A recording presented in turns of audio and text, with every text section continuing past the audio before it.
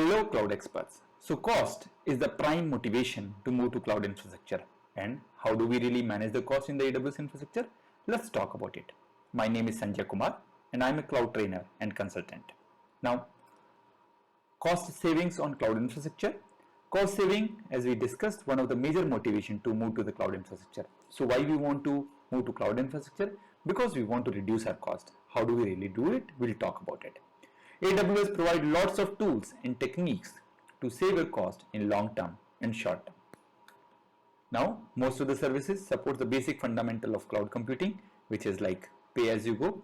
Pay as you go is the basic fundamental of cloud computing, and even AWS supports you in most of the services.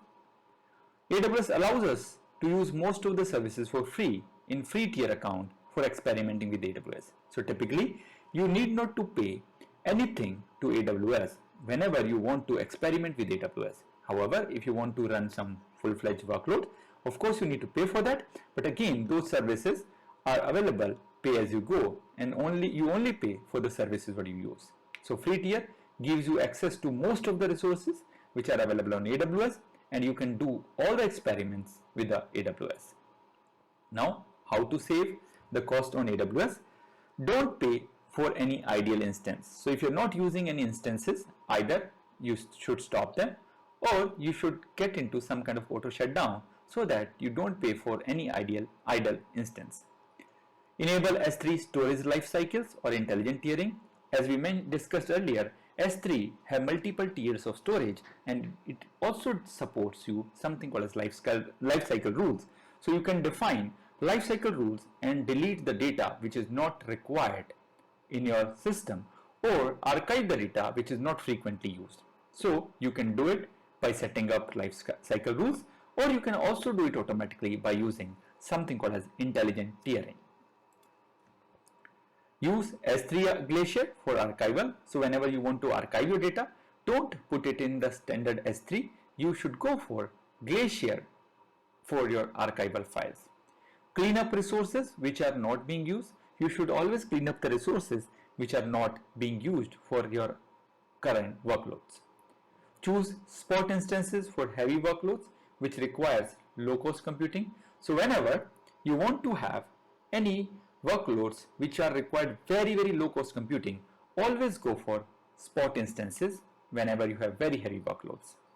Use reserved instances with workloads with long-term visibility. So if you have any workloads where you can commit from 1 to 3 years, you can save up to 75% of your cost on compute resources.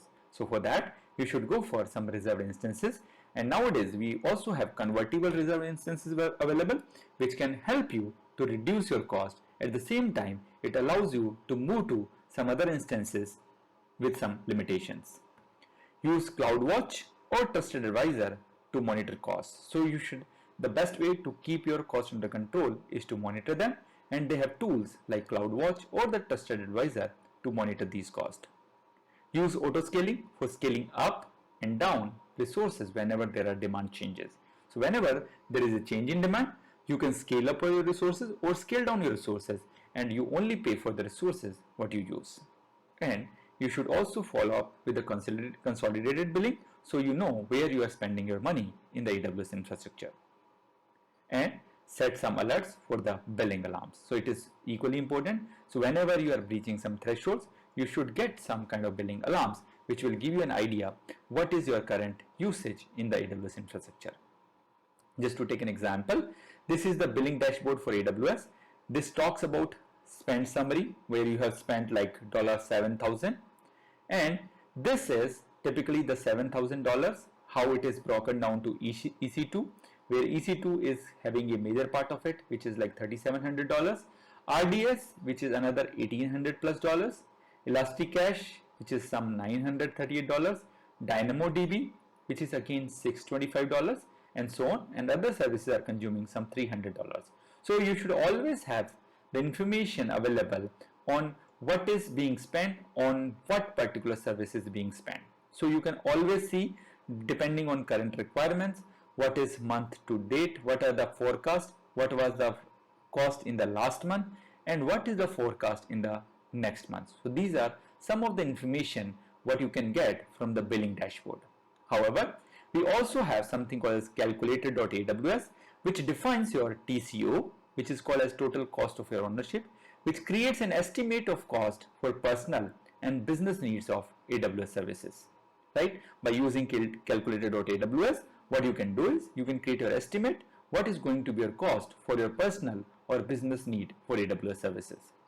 Right? We have another application available, another service available called as Trusted Advisor, which will inspect your AWS environments and make recommendation for saving money, improving system performance and reliability, and also closing the services security gaps. Now, this is how the Trusted Advisor dashboard looks like. It talks about mainly 4 different aspects. One is cost optimization, another one is performance, another one is security, and another one is fault tolerance. So this is the Trusted Advisor, the dashboard of Trusted Advisor, which talks about cost optimization, performance, security, and fault tolerance. So it will also give you some suggestion which will make you save some money on your potential usage. AWS budget, where you can create some customized budget for your AWS infrastructure, and you can set up some alerts whenever those budgets are approaching or already exceeded from that amount which you have mentioned in your AWS budget. So it gives you basically the estimate, and you can also create some alerts whenever your budgets are being reached. That's all in this section. I hope you enjoyed it.